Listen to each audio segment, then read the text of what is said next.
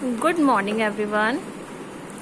Student, कल मैंने आपको एक टॉपिक करवाया था, that is Engel's law and Engel's curve. ठीक है, मैंने आपको इसकी डेफिनेशन समझाई थी और इसका क्या मोटिव है, क्या इसमें हम पढ़ते हैं, वो सब मैंने आपको कल बताया था। देखो, आज हमने ये टॉपिक ब्रीफली पढ़ना है। तो सबसे पहले एक बार हम फिर से इसकी डेफिनेशन गो थ्रू करते हैं। एंजल्स लॉ मैंने आपको क्या बताया था कि as the income grows the share of the income spend on the food decreases.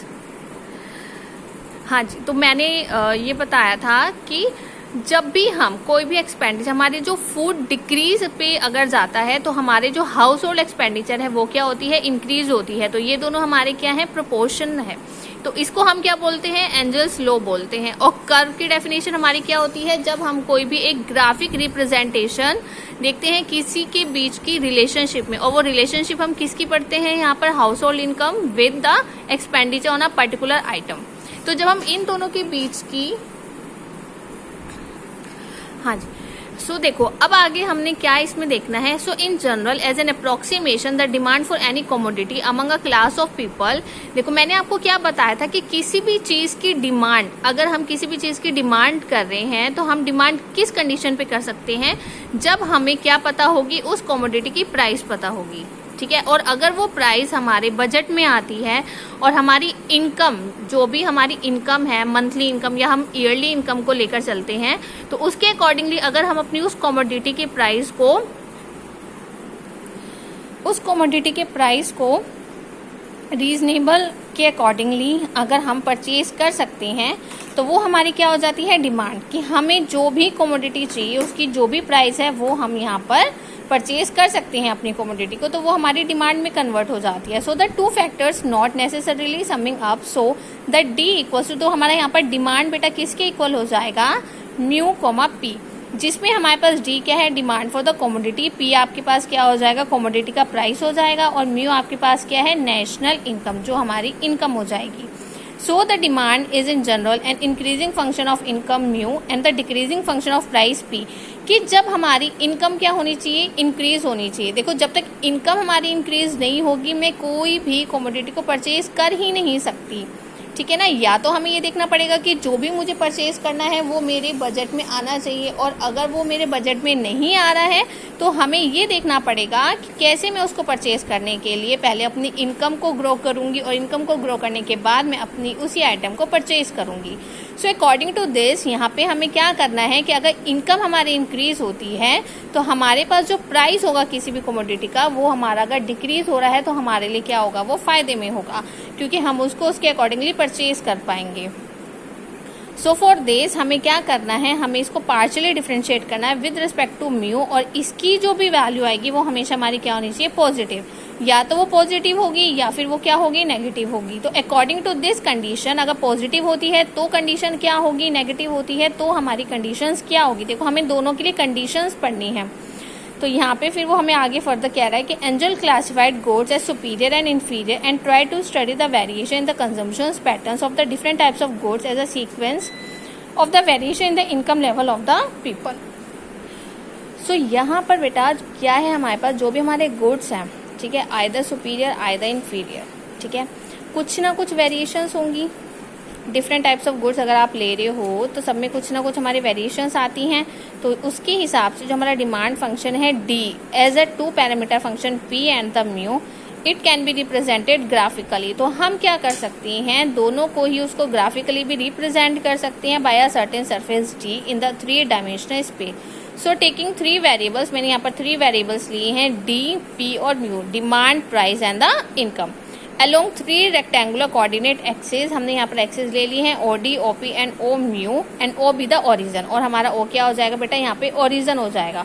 So if we regard price as a fixed constant then the P equals to P star. मैंने यहाँ पर P किसके equal मान लिया है, P star के मान लिया, तो हमारा डिमांड फंक्शन क्या हो जाएगा, that will be equals to P star comma mu, जिसे हम किससे डिनोट करे हैं, F1 से डिनोट करे हैं। So d becomes a single parameter function of the mu.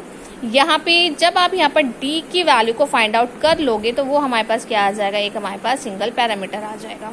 सो देखो आपने यहाँ पर ये वाली टर्म कंसिडर की है, ये वाली टर्म कंसिडर की है, इन सबको हमने क्या करना है, अपने ग्राफ पे प्लॉट करना है। देखो ग्राफ बनाना आप सबको ही आता है, ठीक है। तो सिंपली हमने क्या करना है, अपने ग्राफ पे इसको प्लॉट करना है।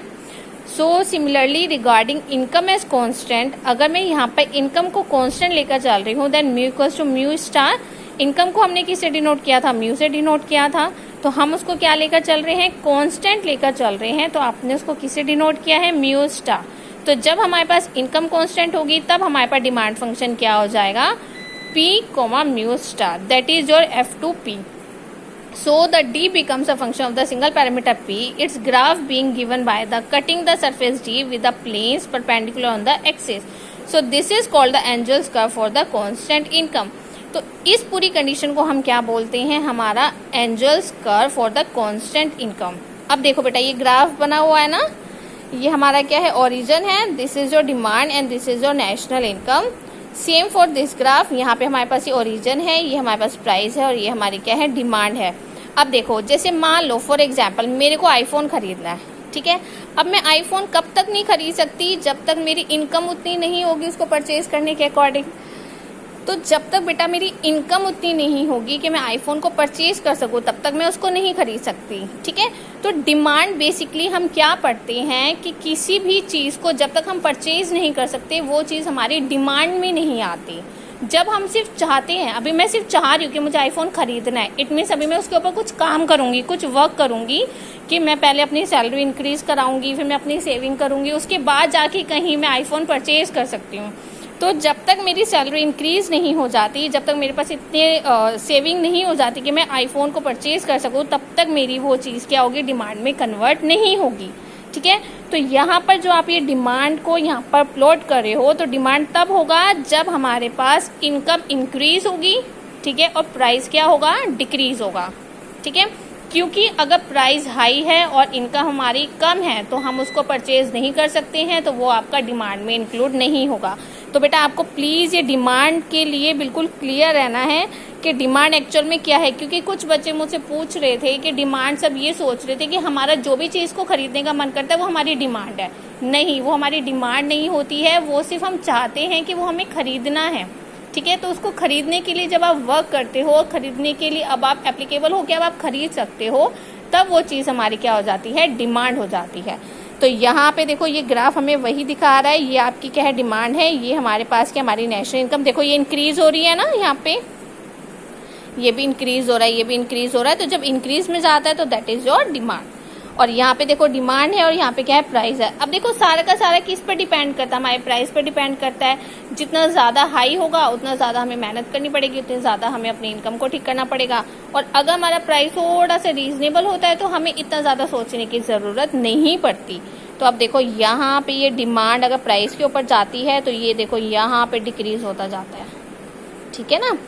तो ऐसे ऐसे हमारे पास क्या हो जाएगा कि अगर मैं Engel's curve for the constant price, price के लिए हम कांस्टेंट पढ़ रहे हैं तब हमारे पास ये क्या होगा, इंक्रीज। और अगर हम कांस्टेंट इनकम के लिए पढ़ रहे हैं तो वो हमारे पास क्या हो जाएगा, डिक्रीज हो जाएगा, ठीक है।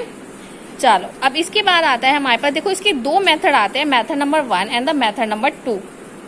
देखो मेथड नंबर 1 में वो हमें क्या बोल रहा है, it consist in comparing the budget of the same family. देखो अब मान लो दो फैमिलीज हैं, ठीक है। एक फैमिली की इनकम काफ़ी हाई है, ठीक है, लाख करोड़ इन सब में जा रही है। एक फैमिली की इनकम 1000 में ही आ रही है।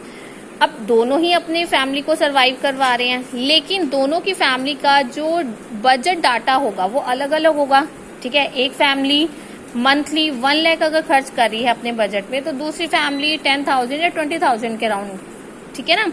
तो ये हमारे पास क्या बन जाता है, एक डाटा बन जाता है कि अलग अलग फैमिलीज के अकॉर्डिंगली सबका अलग अलग फैमिली बजट डाटा बन जाता है। So studying their consumptions pattern on the different items of the consumptions as a sequence of the variation in income. तो जैसे जैसे हमारे पास इनकम में वेरिएशंस होती हैं वैसे वैसे ही हमारे पास डाटा क्या होता रहता है, चेंज होता रहता है। सो ये हमारे पास क्या है, the obvious drawback of this method. तो इसका ड्रॉबैक क्या है, is that the assumptions p equals to constant, जिसे हमने p स्टार लिया था during the periods under consideration, is not generally true. तो यहाँ पे बेसिकली क्या है कि अगर मैं उसको कांस्टेंट लेकर चल रही हूँ, ठीक है ना, तो वो हमारे पास एक ट्रू कंडीशन नहीं बताएगा। तो ये जो मेथड है हमारा, जो मैंने आपको स्टार्टिंग से लेक्चर 1 में बताया था कि इसमें हम तभी सेटिस्फाई कर पाएंगे, तभी हमारे पास ये ट्रू कंडीशन लेकर आ पाएगा जब हमारी दोनों ही कंडीशन क्या होंगी, इंक्रीज की तरफ जाती जाएंगी। So this method can be recommended only in the situation when the price of any commodity and the substitution and the complementary goods remain more or less constant during the given period of the investigation। देखो यहाँ पर भी वो यही कह रहा है ना कि हमारे पास जब भी जो कंडीशन होगी, कब होगी, जब उसका प्राइस हमारी किसी भी कमोडिटी का और हमारे पास जो गुड्स हैं वो रिमेन क्या रहेंगे, मोर या फिर लेस रहेंगे। ठीक है, तब हमारे पास ये वाला मेथड कंसिडर किया जाएगा। मेथड नंबर 2 में हमें क्या देखना है, this method consist in the simultaneous study of the budget of the different families with the different income levels where D is the demand for a commodity at the income level. तो D हमारे पास demand होगा किसी भी commodity का किसी भी एक इनकम लेवल पे, जिसको हमने किसे डिनोट किया है, म्यू से। So the Engel's curve is then obtained by using the principle of least square. तो हमने यहाँ पर जो अपना डिमांड है, डिमांड के अकॉर्डिंगली जब हम उसको फाइंड आउट करेंगे तो कौन से मेथड से करेंगे, प्रिंसिपल ऑफ लीस्ट स्क्वायर। और प्रिंसिपल ऑफ लीस्ट स्क्वायर आपने बेटा फर्स्ट टाइम में पढ़ा था।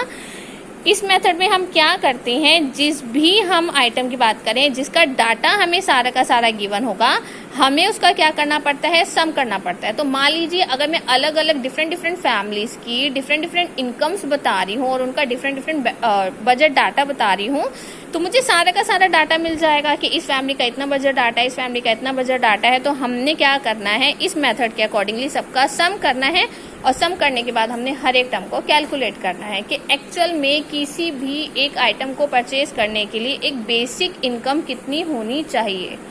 ठीक है, तो ये आपके पास बेटा 2 मेथड थे। और ये जो सारी थ्योरी है, देखो ये सारी थ्योरी मैं नहीं रीड कर सकती हूँ, ठीक है ना, तो आप लोगों ने ये सारा रीड करना है। इसमें यही सब उन्होंने बताया है कि अगर कोई पुअर फैमिली है तो ऑब्वियसली वो आईफोन नहीं परचेज कर सकती, कोई रिच फैमिली है तो वो आईफोन परचेज कर सकती है।